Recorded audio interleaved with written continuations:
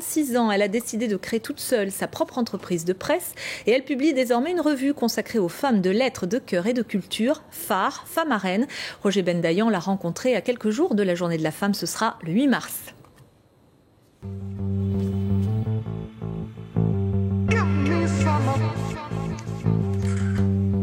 Bonsoir, une page culturelle consacrée à l'enquête. Dans le cadre de la Journée de la femme, rencontre avec une directrice de publication très originale.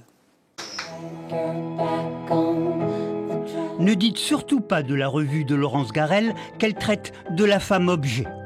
Car le magazine s'adresse plutôt à celles qui ont le sens de l'absolu, toujours prêtes à se battre.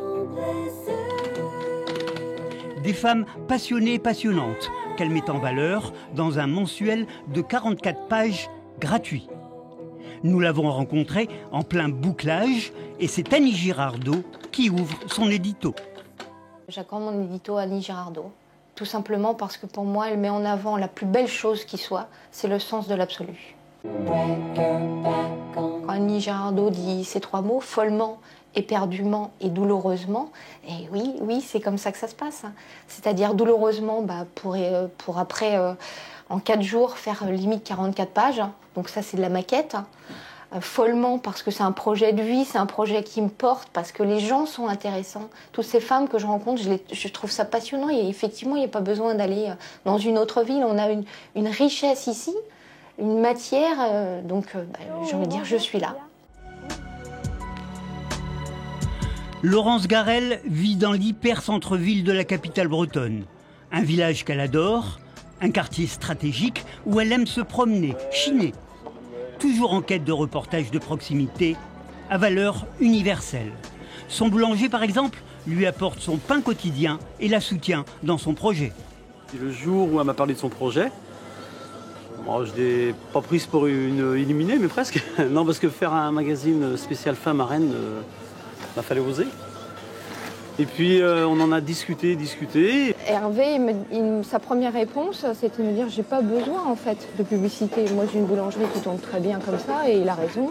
Voilà, et quand on m'a parlé de son projet, on sentait qu'il y avait de la passion dans la façon de le présenter. Et puis voilà, les gens passionnés, généralement, il faut les suivre. Et elle m'a demandé aussi s'il y avait possibilité de l'aider. Comme tout projet, il faut des finances. On a la chance d'avoir une société qui met en avant des valeurs, mais qui ne fait pas encore attention à ces valeurs. J'entends quoi par attention? Ça veut dire qu'il y a beaucoup de journées de ceci, beaucoup de journées de cela, qui mettent en avant. Mais une fois que c'est terminé, qu'est-ce qui reste? Il reste des gens qui, malheureusement, et notamment des femmes, qui au final se sentent oubliées. Laurence veut soutenir les femmes, seules, effacées. Elle vit dans un quartier où le bouche à oreille fonctionne. Elle sait dénicher les compétences. Celle de Sylvia, par exemple. Une peinture qui relève de l'intimité. Ses influences, Van Gogh et les paysages colorés de l'Italie. Complicité entre femmes. Laurence Garrel veut aussi mettre en valeur les écrivaines méconnues.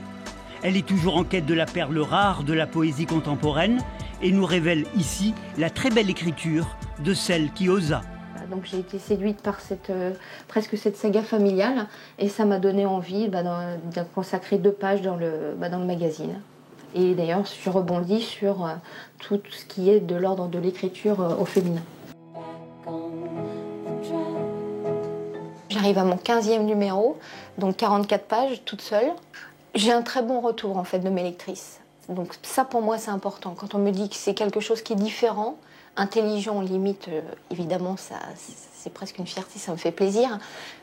Mais si j'ai un retour comme ça, une attente, comme quand on va à la boulangerie, qu'on me dit quand est-ce que sort le prochain phare, je dis oui, là j'ai touché l'affect, je fonctionne à l'affect, j'écris avec une certaine émotion justement dans le magazine, je fais le lien de toute mon existence, de tout mon parcours et j'ai envie que phare continue d'exister.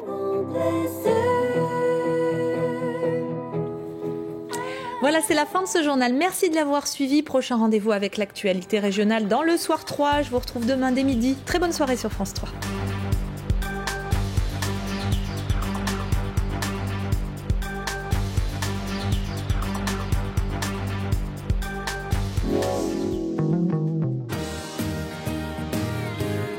La météo sur France 3, avec le Crédit Mutuel de Bretagne, banque et assurance.